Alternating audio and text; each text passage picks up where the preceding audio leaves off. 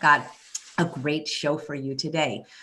I'm your host, Chef AJ, and this is the show where I introduce you to awesome people just like you who are doing great things in the world that I think you should know about.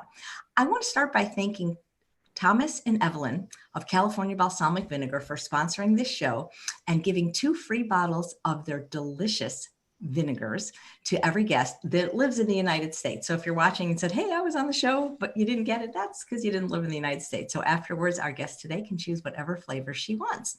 She is broadcasting from Manhattan. I met her at a wonderful event at the JCC where I spoke with Dr. Joel Furman, and she was assigned to be my sous chef, but she's no sous chef. She is a chef. I mean, after I came to my demo that was prepped by her, I'm like, you don't need me. Just go on. You guys, you're amazing. And so I'm so happy she's here today. Her name is Carole Levy, and she's going to demonstrate 3 delicious and amazing recipes and then save time at the end for questions. But she'd like to just do her demonstration so she keeps in the flow. So I won't be interrupting her. So I will look at your questions, but we'll ask them at the end. Please welcome Carole Levy.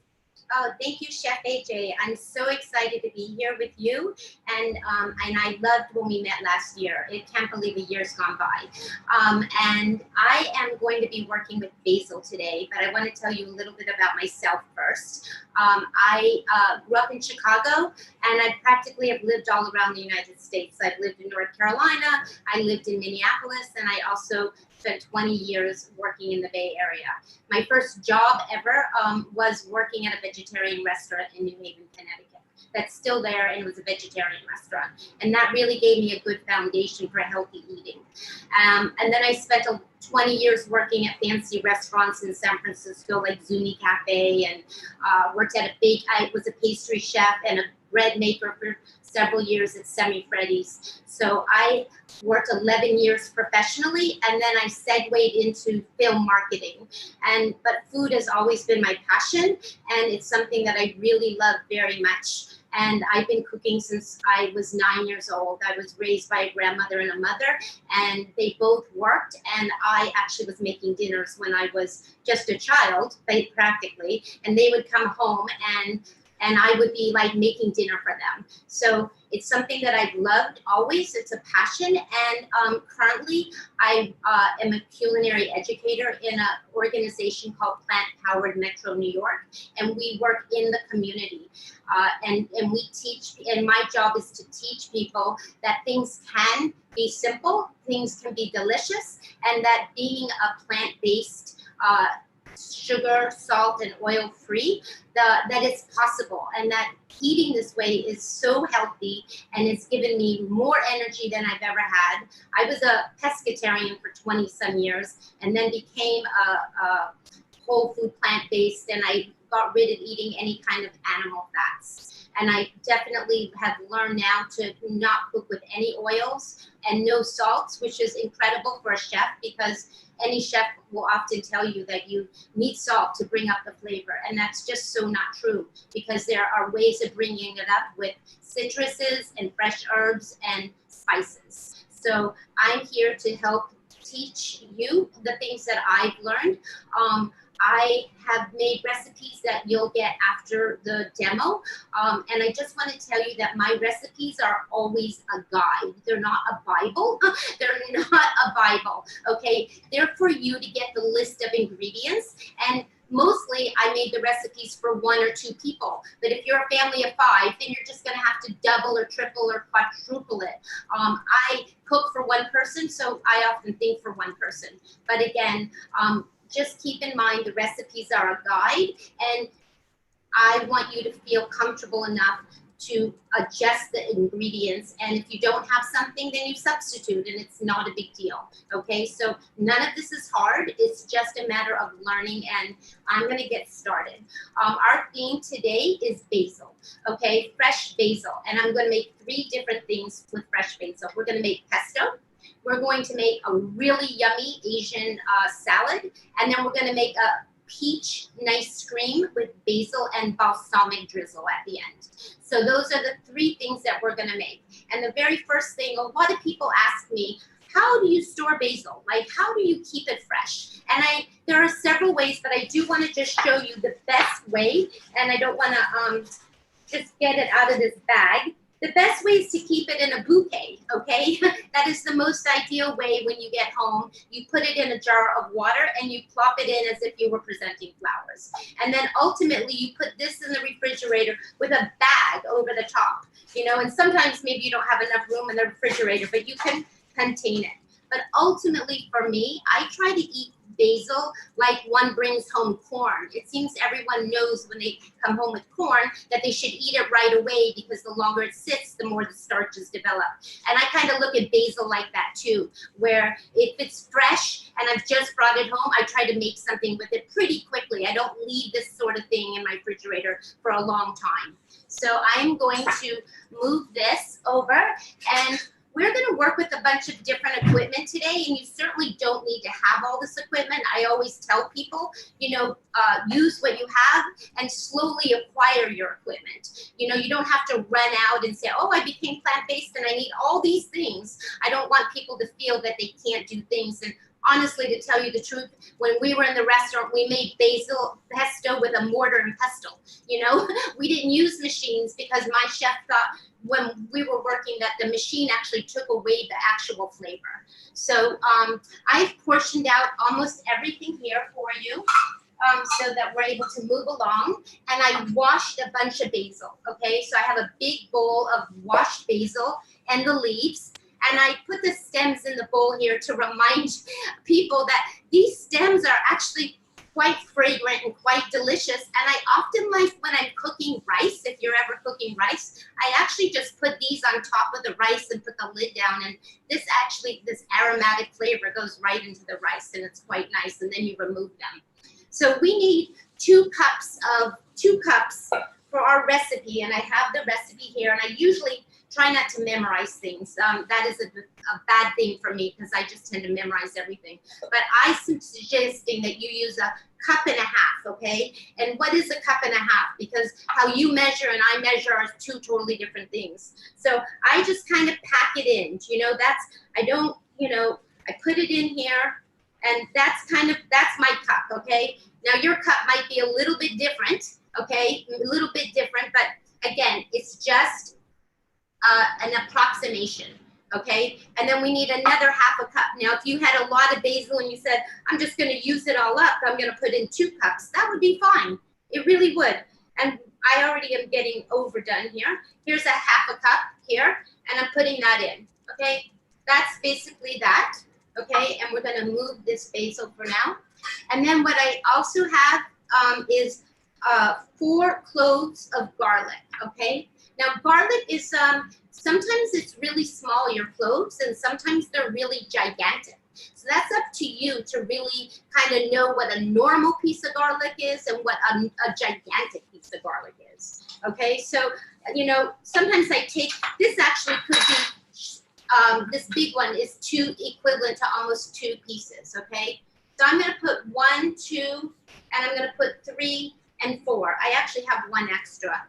And then I also have pine nuts, okay? And pine nuts are these little tiny nuts that I have actually dry roasted in a skillet on the stove, okay? Now, if you didn't have pine nuts, you can use walnuts, you could use pistachios, you could use pepitos, and let's just say you have an allergic to nuts and you don't want to have any nuts at all, then I would use the cannellini beans or any kind of white bean as a substitute for your nuts, okay? So this is a fat, and in the beans will do the same kind of, give you that creaminess. So I'm putting in the pine nuts, okay?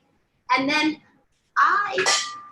because we're not cooking with any salt and we're not adding any oil, and I haven't been making pesto with oil for over 20 years in my life because I used to eat a lot of pesto and I felt like it would make me sleepy actually. I would go to a restaurant and think, oh my God, I'm just gonna fall over. So I had read a long time ago in this wonderful cookbook that was Oprah Winfrey's chef. Her name was Rosie. She had a spa. Oprah had a spa, and she had a really wonderful little teeny cookbook that I learned about, I don't know, back in the early 80s. And I loved that she made it with lemon juice. That's what she does in replacement of oil. And I've made it pesto this way the whole time. And there's something about it. It's so yummy this way. So we're going to Before I grind and do anything, I always just read the recipe again to make sure I haven't forgotten anything. So we have fresh basil, we have garlic, we have pine nuts, and we have the nutritional yeast. That is something that I'm forgetting, and that is going to be our replacement actually for the Parmesan cheese. And nutritional yeast is something a lot of us use in replacement of the cheese flavor. So I'm going to use a tablespoon and a half. Now, this is something where if you like something really cheesy, you could certainly increase this. But for me, this feels like enough. And I have one of these really great incremental tablespoons, actually, that is a tablespoon and a half. I actually have a whole set of these odd incremental spoons that are, and this is my tablespoon and a half here. So I'm just putting that in. And again, if you wanted 2 tablespoons, you could have 2 tablespoons. Okay, and then we're going to use approximately 4 tablespoons. But what I do is I get this started, so it's going to be a little noisy for 1 minute, and I just kind of pulse it. Okay, pulsing is just turning it on and off, and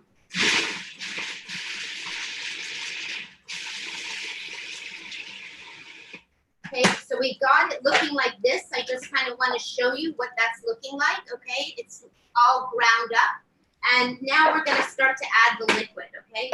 I don't normally take it off like that, but I know for certain we need at least 4 tablespoons. And sometimes we need more, actually. But I've squeezed this lemon, and we're just putting that in, okay? And then we're going to get it started. And we're looking for a creamy consistency. Let me get it started.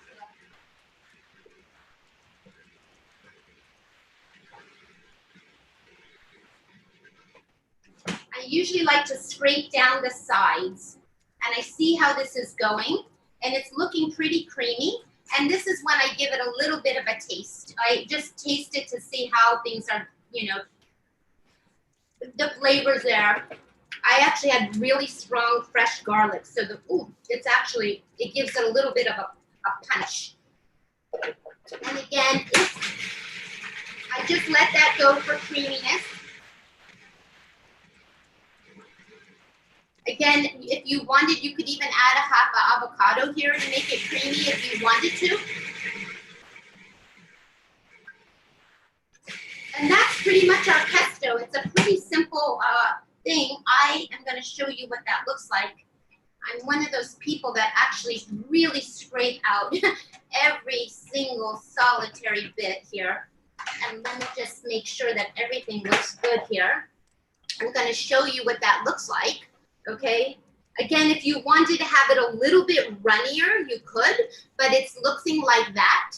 And I think that it's a good consistency, okay? And I usually put it in a jar, and it can keep in your refrigerator for several days, and you can actually also freeze it. So that's a possibility. Now, I wanted to show you how I'm going to finish, the pesto and how I'm going to serve it, because you don't need me to show you how to serve it over pasta, okay? If you eat pasta, I really encourage you to try to eat some kind of bean pasta. There's some really good ones on the market. There's a rice pasta. There's chickpea pasta. There's all sorts of black bean pasta. There's an infinite amount. There's quinoa pasta. And I would stay away from those white flour pastas if you can, because there's no nutrients in it. But again, I eat that once in a while as a kind of a treat, maybe if it were my birthday or something, like a little special thing. But in general, I'm always trying to work in greens, okay? Because you want to eat as many fresh greens as possible. So I have, we're gonna have zoodles actually. We're gonna have these zoodles here, which I've already prepped for you, but I wanna tell you that you can buy these yourself right in the store already zoodled, already spiralized. I have a little machine, a little Japanese machine that I actually love turning it around because, I don't know, these things come out looking like my hair, and they're like little curly things, and I love playing with it, and I use it for potatoes and beets and lots of things. So I just, again, want to say at Trader Joe's or Whole Foods, whatever store is by you, you can absolutely buy these already in your produce section, okay? And I want to show you how beautiful zucchini is starting to be in the store. And at the farmer's market, I had a nice long zucchini that had yellow and green at end, and then I had another. So I basically used probably equivalent of one zucchini, 1.5 maybe, to get this much. Okay, so my goal here is that I'm going to put a little teeny bit of lemon juice, okay, just a little bit, onto the zucchini here, okay? And what that does actually is, you know, you could cook these in a saute pan if you wanted, but it's really not necessary. And by putting the lemon juice, it actually cooks your zoodles. And it's like having ceviche. You know, when you eat ceviche, the lemon juice actually cooks the fish, and it actually as a way of, I eat ceviche all the time with cauliflower and other vegetables, and it's the juice that kind of like, so I just lightly toss this, and then we're just gonna make a really simple, light thing, and I'm not gonna put a lot of pesto, because I really try not to eat too much to get it, because it's a little bit, you know, it's still light, and I'm just gonna toss this and get it fully mixed, okay? And then at this point, you could add anything you want. You could actually put this over a bed of arugula. You could, if you wanted to, but I think for me, this is like enough just as a salad like this. And it's a very, very light, and look at the dimensions of it are very beautiful. And what I like to do is either, I always build my salad plates like a color palette, because we all eat with our eyes. And so you can take fresh tomatoes, and just, you know, as we get into the summer, the tomatoes are spectacularly beautiful, and you could just cut up some fresh tomatoes. You could put cauliflower, broccoli on this as well. But I actually took one extra step because I roasted some tomatoes. And I want to just tell you that that is not a hard thing to do if you wanted to do that. And I basically put the oven at 400 degrees, and I put a piece of parchment, or if you had Silpat mat, just so that we don't have to clean up. And these, I literally just put some cherry tomatoes in the oven at 400 degrees. And I cooked it for like a half an hour. So we are going to add these. I'm going to add these, and I'm just going to actually, I don't need them all, but I'm just going to add them like that. There's actually a few pieces of garlic, actually, that I roasted garlic. We're going to add those. And then for some added protein, I'm going to add beans, okay? And these beans are, I'm one of these people that are always cooking beans on my stove. I belong to a bean club up in Santa Rosa called Rancho Gordo. And so I'm always having these very special beans, but these are lima beans. But you could open a can of chickpeas or cannelli beans or lima beans or any of your favorite bean, and you would just mix these in, and just that way you have, again, I'm trying to have various colors. And this pretty much is your plate, and I would get those tomatoes up there. But that is your pesto with lima beans and roasted tomatoes. And again, you can make it as simple as you want, or you can make it a complex. It's kind of like when you're in the gym and the gym teacher says there's level 1, there's level 2, and level 3. You can do level 1, or you could take it to level 3. Okay, so that is our pesto. And the next thing that we're going to do is we're going to build our Asian salad, okay?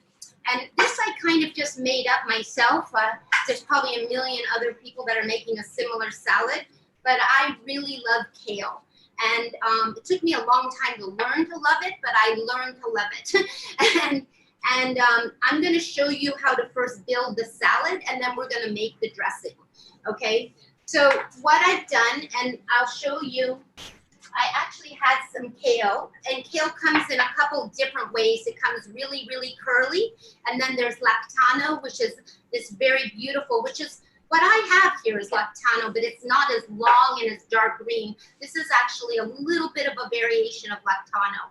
But what I've done is I've washed it and I've spun it, and you could buy kale already cut in a bag and just chop it up, okay? But basically, usually has a big hefty stem, and you usually have to clean it, and you pull it off and you leave the stem behind.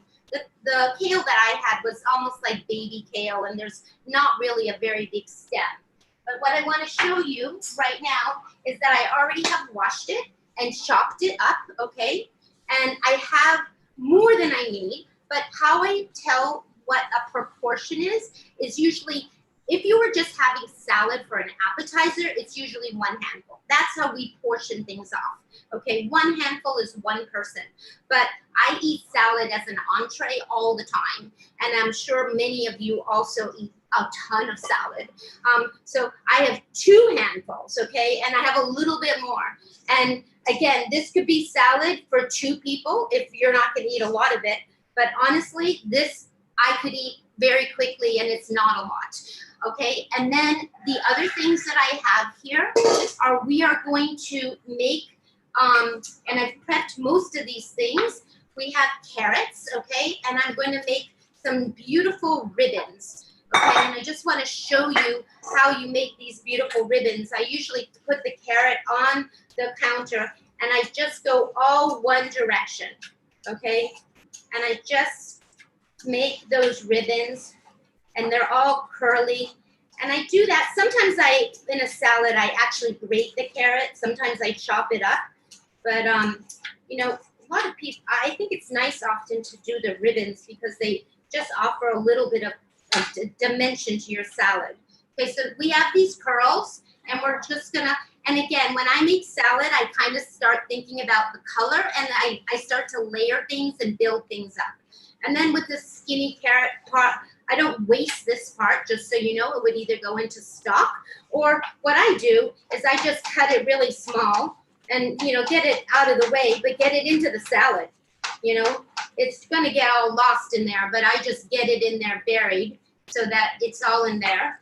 And then we're going to do the same thing. We're going to, with the cucumber, and this is a cucumber that doesn't have a lot of seeds. And either the English cucumbers or the Persian cucumbers don't have a lot of seeds. But if you get one of those big cucumbers that are waxy on the outside, you definitely should take off the wax off the skin because it's not so nice. But this is a very homegrown cucumber, and the skin is delicious. So again, the same thing that I did with and I just take and I make these ribbons, okay?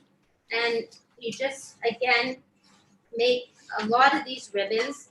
And sometimes I actually make a salad with just these cucumbers, actually, with a little vinegar. And nothing like, I love cucumber ribbons, okay? Now these are kind of big. These are a little bit big. So I usually give it like a cut, you know, so that when someone's eating, you're not like, you know, pulling up like it's kind of like a piece of spaghetti. So I'm gonna now put these on the salad as well, okay? Again, we're thinking about color. We've got our green, and we have we have a lot of green and orange, and so far. Then I'm gonna put some peppers that I julienned, okay? We have orange and red ones, and I'm just gonna spread those around, okay? We're gonna add those, and then I also have edamame, okay? I love edamame, and these are actually frozen that I buy at the Trader Joe's, and I don't even cook them actually. I either take them out and thaw them, or I put them in a strainer and I run some hot water over them. But that is the edamame. And then right now there's a lot of snap peas, and I think for an Asian salad, it's always really nice to have some kind of pea. And these are snap peas, and I'm just showing you that I already cooked them and I blanched them. And that technique of blanching is where you put a pot of water on the stove and you just literally put your vegetable in there for just a very few minutes. And when the vegetable becomes bright in color, then you take it out and you put it in an ice bath. And an ice bath is just a bowl with ice and cold water. Okay, so I'm gonna put these nice beans, And again, you see that I'm not measuring, but on the recipe that you have, I've told you you need a half a cup and you need a half a cup of this. But again, you're just eyeing it and you're just, you know, seeing how, if everything looks balanced. And I did want to show you what these peas look like. And when you get them home from the market, they have a stem and you actually want to peel. You want to snap the back and it has a piece of string that runs along the back. So you just want to take that off. And honestly, I eat these just like that. They're raw and they're fine to eat just like that. And then I have a bunch of cilantro actually, and we're just gonna tear that off here. And we're just gonna put that in the salad too. We're not gonna even chop that. It's just gonna, again, add some flavor, cilantro, because we're making an Asian salad.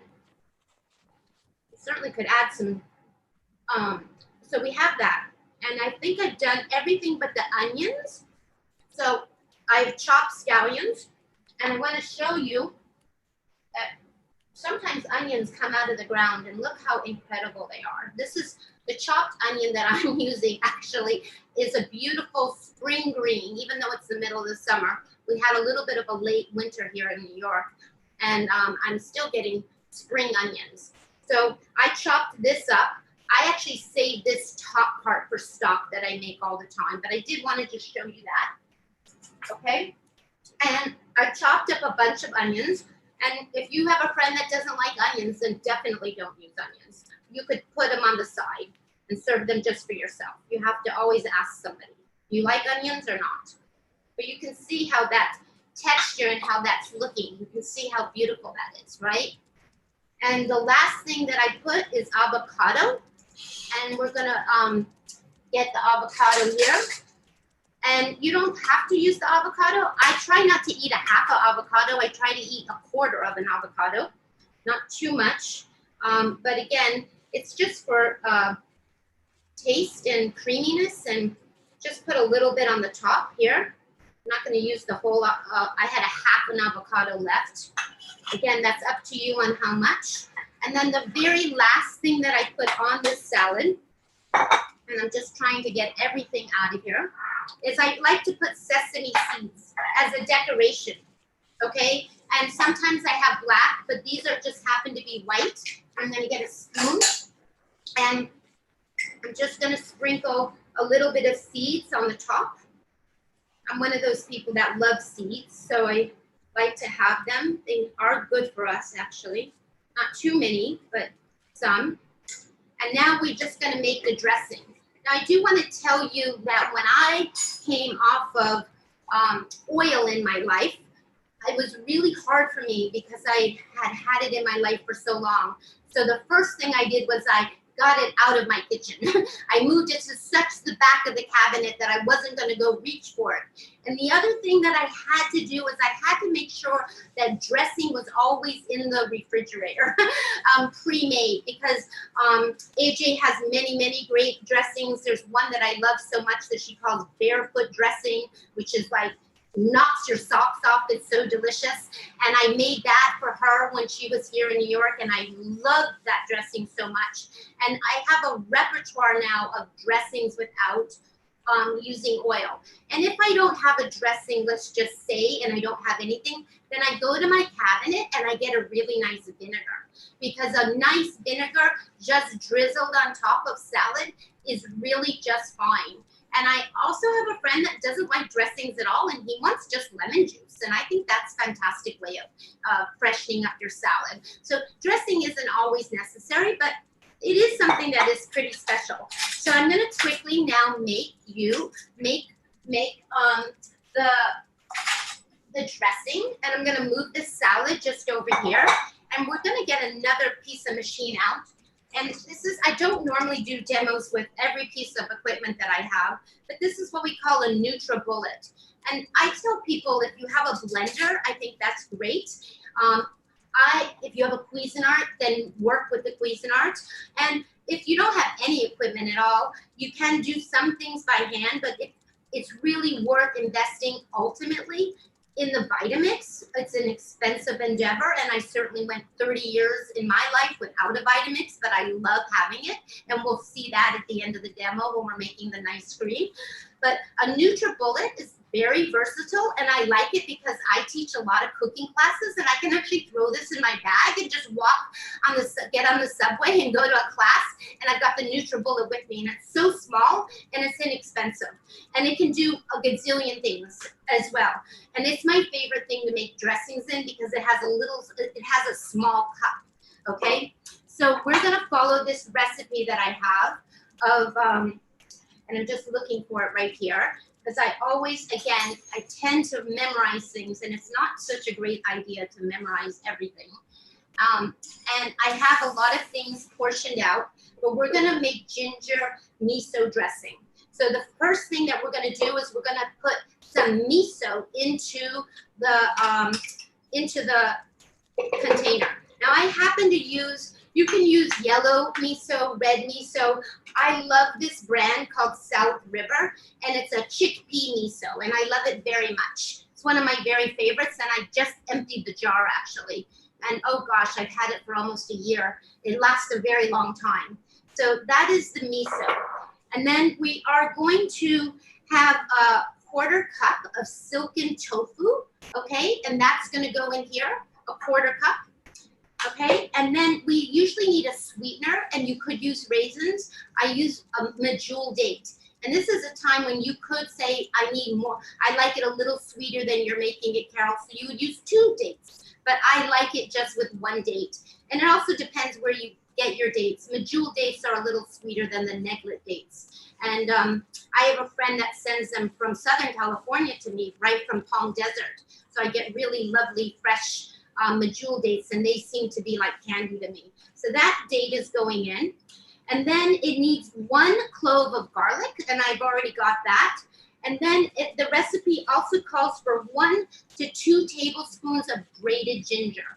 Now, I didn't bother to grate the ginger because sometimes I'm really lazy about all of these things, and I just cut the ginger about 1.5 inches, and I just sliced it up.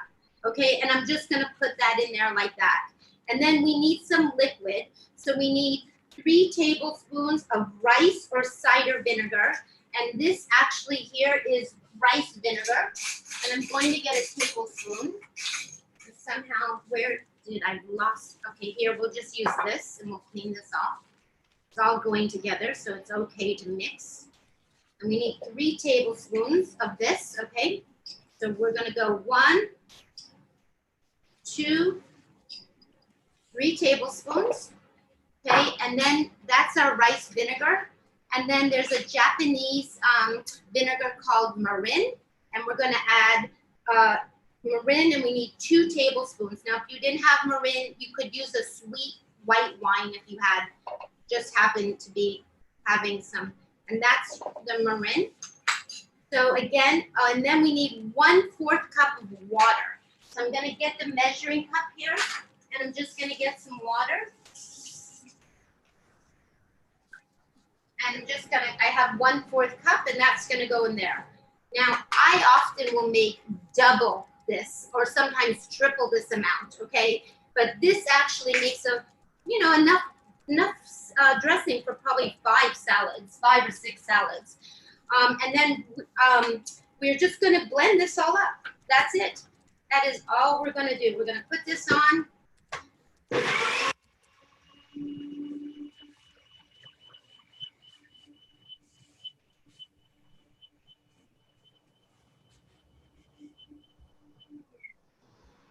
And at this point, because of the way this container is, you can't taste anything. You have to actually, this is considered its lid. You know, it's not like a blender when you take off the top, or a Sweetener when you take off the top. You actually have to take off the bottom. And we got a really creamy, I don't know if you can actually see this. I don't want to, but it's really creamy. And I always taste it for the flavor of ginger to make sure that I put enough in. And oh my gosh, it's so potent and so yummy that this on vegetables during the week would be, and that's the thing, once you make a dressing, don't think about it just for salads. You could, steam a bunch of vegetables and just pour broccoli, broccoli and cauliflower, and you could just steam vegetables and then put dressing on top of it, and you've got a really great dinner. So let me just get this cleaned up a little bit here. And I'm just going to pour this on top of the salad. Okay, not too much. Again, it's a pretty big salad. And I'm going to, I don't have the right spoon here. I'm going to use actually a rice spoon. I don't know where my salad tossers are. But we're just going to toss all this, okay? Make sure there's plenty of dressing. And again, everybody likes different amounts of dressing. I like it just enough, just coated, but not drowning, okay? And everything is glistening, and it's hard to believe that you have that glistening because there's absolutely no oil, but we made a nice, beautiful dressing, and we've got a beautiful, beautiful salad here. And I think that that is pretty gorgeous and ready to eat. And I would eat that whole salad, actually. It looks just like that. Delicious, you know, really, really beautiful, really nutritious, has almost everything you need in a given day. You know, I like Dr. Furman always says, you know, your G-bombs, you need your greens and your beans. So we have our greens and we have our beans and we have our onions. We have and then we have M is for mushrooms and then S for seeds and berries. G-bombs has, each letter has a association. And but we don't have any berries here, but we have nearly everything that we would need in a given time. So that's that. That's our beautiful, beautiful salad. Okay, and we have one more thing to make, and I can't ever go away without making a dessert, because dessert is something that I love so much. I was a pastry chef for many, many years, and sometimes when I'm planning a meal, I actually start with dessert and then I work backwards. So it's really hard for me to not make a dessert. And we have a nice cream, which is a very simple, we call it nice cream because it's nice for our body. It doesn't have any processed sugars and it has no milk or added fats. And it's really, the basis of nice cream is always bananas, frozen bananas. And you really want to have very ripe bananas. And I purposely let my bananas get, you know, really like this. Like, so that you end up with bananas with lots of brown dots. And this is either going to be for banana bread, but most of the time these go right into the freezer if I'm not going to eat them soon. And because I'm constantly making ice cream. I love it so much. So I freeze bananas, okay, and I always have them in my freezer. And then usually you need to add something. You can add mango, you could add strawberries, you can add cherries, but the basis of the nice cream is always these bananas, okay? And then it's your choice of added fruit. But because our class today is all about basil, and that's exactly, I just remembered bringing back the salad, we have to tear some basil to go in this as well. And see, you always forget something, but you're reminded suddenly that you forgot the basil in the Chinese Asian salad. And if you had, and this will make it almost taste like one of those Vietnamese rolls when you eat basil and all those vegetables, because you're not used to putting basil in a salad. But I would get that all mixed in. But that is the salad. So now we're going to make, let me get the bananas out of the freezer. So in the freezer, I have 2 bananas, and I've actually cut them up, and they're just chunks of bananas like that. And then I started with 2 big peaches. Here in New York, the peaches aren't quite in season yet, but they're starting to get really delicious. But it gives a little bit of, they're kind of all frozen together. Probably good to take them out a few minutes beforehand, but they're going to be okay. Just like to give them a crunch. And we're going to get our Vitamix. Now I have to have the Vitamix actually over here because this plug works the best for the Vitamix. And Most Vitamixes are a big tall container, but I have a short squatty one. So I'm gonna put the bananas in, okay? I'm gonna put the bananas in.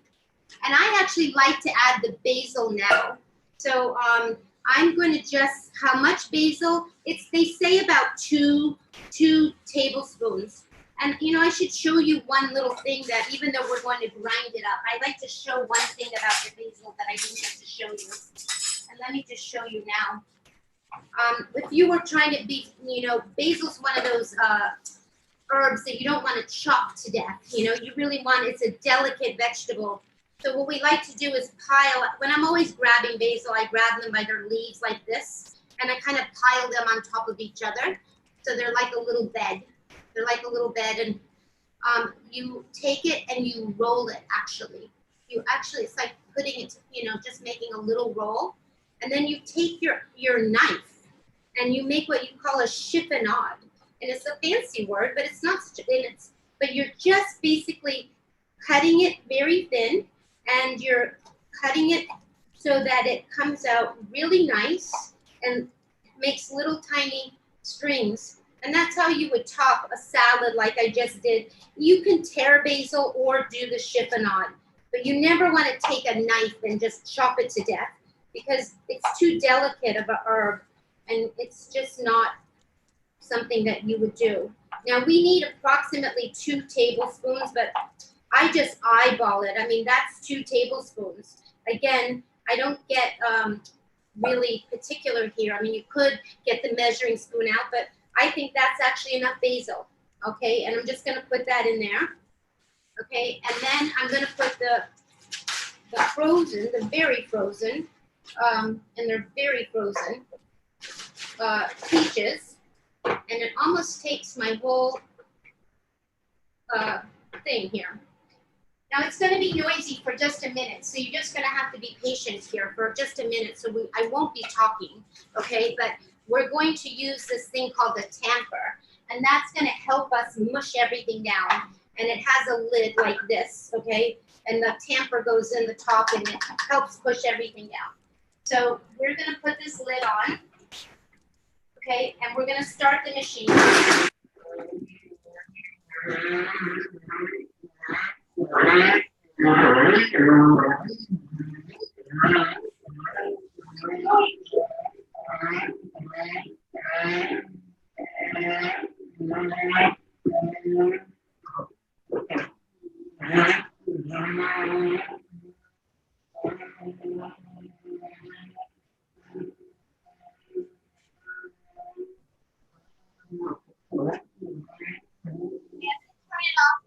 I know it's very loud and obnoxious, but I have a really great tool that I found at Sur La Table, and I like showing it off because it is perfect for the Vitamix. It's this long needle nose spatula that looks like this, and it's perfect because it actually really goes into all the crevices.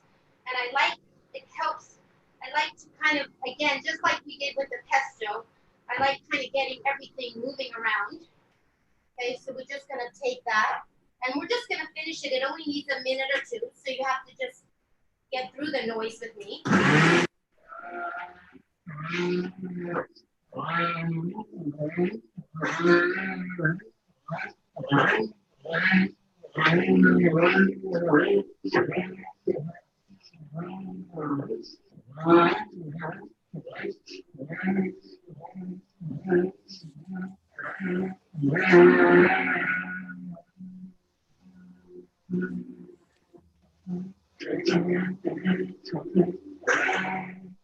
I think we got it. All that noise is a really worth it, yes, ultimately. What I usually do with this, I want to show you a little thing that I do.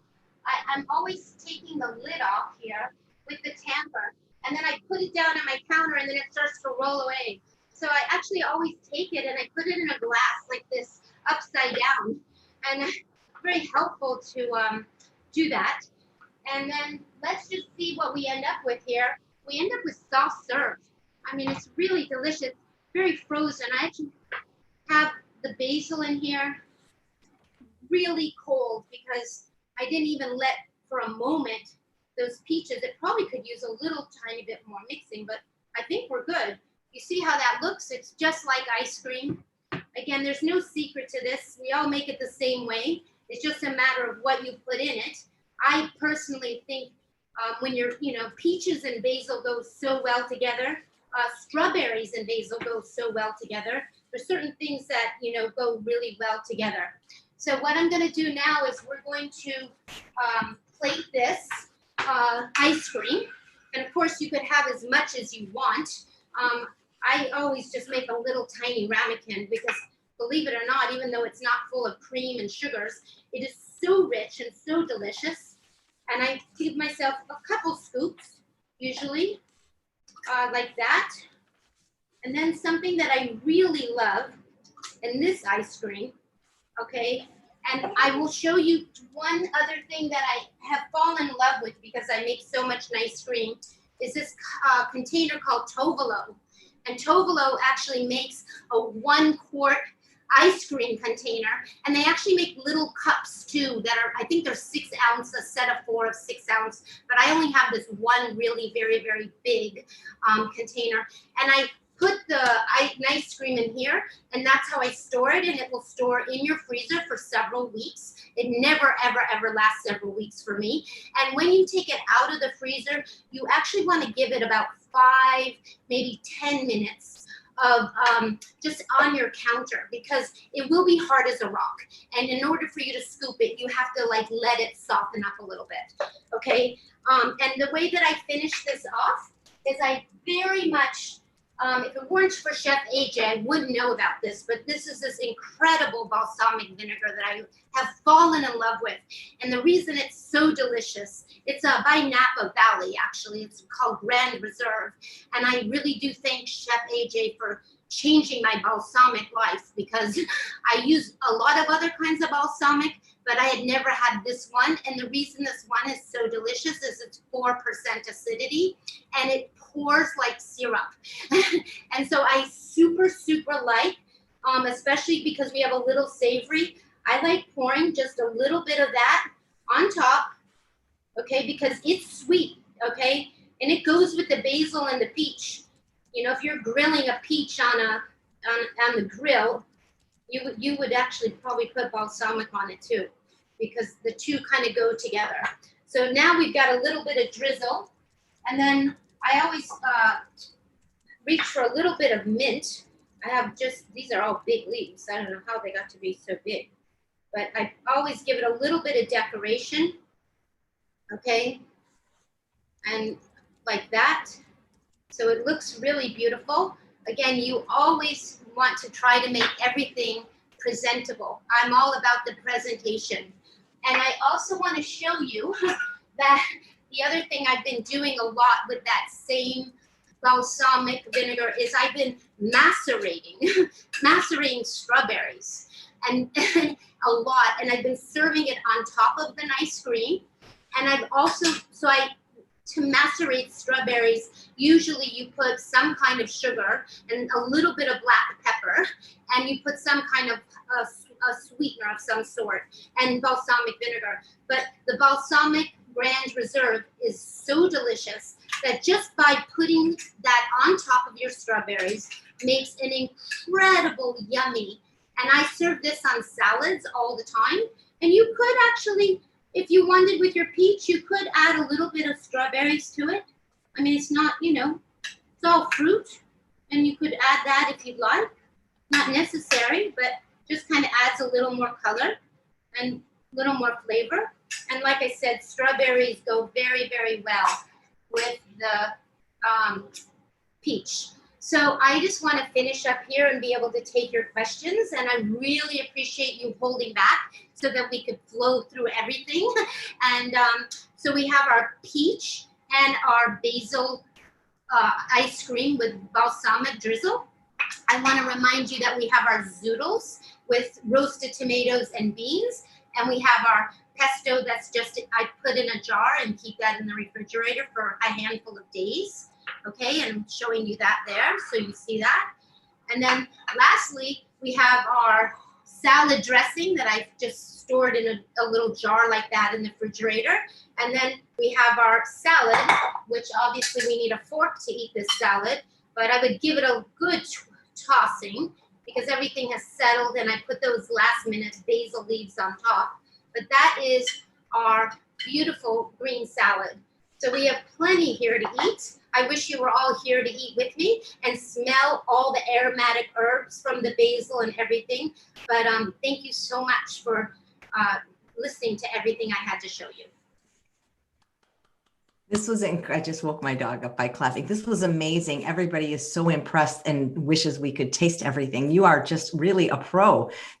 I've never seen you cook, but I had a sense that if you could stage my demo, you would be terrific, and you are. How can we get more of you? Is there a way to take your classes in person or online or follow you? I'm actually just now building a website, and I'm right now you can follow me on Carole Foods Instagram, and that's been a placeholder for me because I have a company called Carole Films because I'm in marketing, and the way I've been earning my living for many years is through marketing film. So Carole Foods is my Instagram handle, and soon I'm going to be having a website, and it will be called the Veggie Vanguard, and I will let as many people know as possible when I'll post all that information on Instagram when I move things and transition over. And then another thing is through Plant Powered Metro New York, I do a lot of teaching, and I teach a lot at the JCC. And when there's not a virus and a pandemic, I mean, we've pivoted, as everyone else has, to webinars, but I'm usually in person. And in person is my way of teaching because I like standing with you and really showing you that it's possible. You know, you can do it too, I say. And I also like taking people to the farmers market and really showing them all the things that are possible, because sometimes when people transition to the, plant-powered food, food that's just vegetables and fruit, they say, what do you eat? You must eat nothing. And what you don't understand is that's so not true. You eat everything. I eat more now than I've ever eaten in my life, ever, and the opportunities are infinite. And if you don't know the opportunities, honestly, we all eat the same 3 to 5 things all the time. You don't need to be a person that has 500 recipes. You can be a person that knows how to make 3 things. And making 3 things is just the best place to start, because honestly, you probably do eat those same. I eat the same 3 things all the time, so you build and you learn slowly. And I help a lot of people organize their kitchens because I really am a believer that organization is key to excelling in the kitchen as well. Well, you are definitely organized. And when you said that I changed your balsamic life, I hope to change it even more, because as I said at the beginning of the show is sponsored by California Balsamic. So you'll get to choose 2 brand new flavors and take it to the next level. Awesome. That's awesome. Thank you. I didn't realize, Carole, that you were a pastry chef. I was too for about 5 years in a Los Angeles restaurant. Tell me a little bit about that. I was a pastry chef because, I worked in a restaurant in Berkeley, and the pastry chef got up and walked out one day, and the chef said to me, "You're the pastry chef starting tomorrow." And I'm like, oh my God, can I do this? I know how to bake a cake. So every night I would go home because we had to have a new dessert on the menu for every day. So I would go home at night and I would make a tart, or I would make a cake, or I literally taught myself, because that next day that dessert had to be on the menu. So I really taught myself the pastries, and I loved it so very much. And I loved all of it for a very long time, and until my sugar level started going up, and until I started getting older. And I also started thinking, I'm not cooking with white flour anymore, and I only cook with really ancient, really wholesome flours. And now I don't cook with any processed sugars, and I'm constantly unlocking old recipes and figuring out how to make things that I've loved all my life, and trying to make those things with just whole food, and I use dates all the time as my sugar. And I use date paste, but I don't even use date syrup. I don't use maple syrup. I just learn all the substitutions, and I experiment a lot, because I'm also full-time. I was a full-time artist when I was a younger person. I went to school for painting and drawing, and I have an MFA. So my sense of food is always about presentation and your eyes, because you eat with your eyes. So I'm all about the presentation. Terrific. We have a question from Margie, who says that you used fresh basil in all the recipes. If you can't get it, can you use dried? And if so, how much? Well, I don't think in the pesto, you can't make the pesto without the fresh basil. So if you wanted to make some other kind of pesto, you certainly could use a cilantro, or you could, use another kind of, a lot of people make it with cilantro. There are other, let me just think of other, you could make it with arugula, actually. You can use a substitute of pesto, and if you could get arugula at your grocery store, that would be a substitute for basil, because it's got a pungent taste, and then as far as the salad, you definitely could use some dried basil, but the fresh basil really helps a lot. And I will tell you that if you have a Trader Joe's by you and you don't have it's just the middle of winter and there's no fresh basil, the Trader Joe's actually makes fresh basil in little tiny cartons that are like ice cube trays. And it's actually frozen. And so you can actually buy frozen fresh basil. But you would just omit the basil in the Asian salad. And as far as the ice cream, you just would not put the basil. I mean, I think it's okay. Right. Well, the idea, though, of arugula pesto sounds very good, though. I think it'd be delicious. And it's just the way I like to make things. I often make it, instead of the pine nuts, I use the pepitos, the little green seeds. And sometimes I use, if I want it rich, I use the pistachios. I mean, the pesto is basically the garlic and some kind of nut and the greens. So you can ad lib with that. Right. We have any questions? You guys have any more questions for Chef Carole? Just so many nice comments about your presentation and how beautiful the dishes look. Any hope to have a cookbook from you, Carole? Oh, I don't know. The problem for me is that I'm such a cook that I don't write things down. I mean, I practice, and I've been practicing writing things down, but I'm not good at writing things down. But since I've been teaching and people want to have recipes, I'm definitely starting a collection. And I also, use the internet a lot. And I use the New York Times a lot. They send a newsletter every week, or I go onto websites and I see a recipe that I love, and I don't let the recipe stop me dead in my tracks because it says use 3 tablespoons of oil or use 2 teaspoons of salt. I actually just skip over it. I literally don't let that frighten me. And I just start making the recipe, and then I say, okay, I didn't put salt, so what's going to be the substitute? Am I going to use some fresh herbs? Am I going to use some lemon zest? So I try to be as open to new things and experiment. Great. Just want to read one of the nice comments from Joyce. What a bright and lovely woman, a super person, and a great chef. That is who I bring you guys on the show. If they don't have those qualifications, they're probably not going to come on. You're so talented. I mean, you can come back anytime. Seriously, I really enjoyed watching this. Oh my gosh, it was a pleasure last year to prep everything for you. It was so exciting for me to meet you for the first time, because I knew about you for a long time. And I remember you coming and saying, you can go on, and not you were going to practically let me have the show. I remember you said you prepped everything so perfectly, but I said, no, AJ, people want to see you, but it was so pleasure to meet you last year. And I'm so glad that we have a long distance, you're far away, but I'm glad we have a friendship. And certainly when I use certain vinegars that you helped introduce me to, I think about, and we'll have another, hopefully you invite me back. Well, you as soon as we get done, tell me when you want to come back, because I could Okay. watch you. You can have your own show. You're that good. Everyone's saying very talented. What a great presentation. Okay. Please come back, Chef Carole. Seriously, Oh, we mean this. It's so a lot of people are asking if they can use walnuts for the pesto. They oh, can. absolutely. I love using walnuts, and they're cheaper than pine nuts. I mean, pine nuts are like highway robbery somehow. I used to get them at, when I lived in California, my mother would get them for me at Costco, a big bag of pine nuts. That's They were so like funny $25, but they were like they were affordable. But I'm telling you, in Manhattan, there's some, I don't know, pine nuts have always been such a primo, expensive thing. But honestly, walnuts, I would use those first before the pine nuts because they're affordable. Right.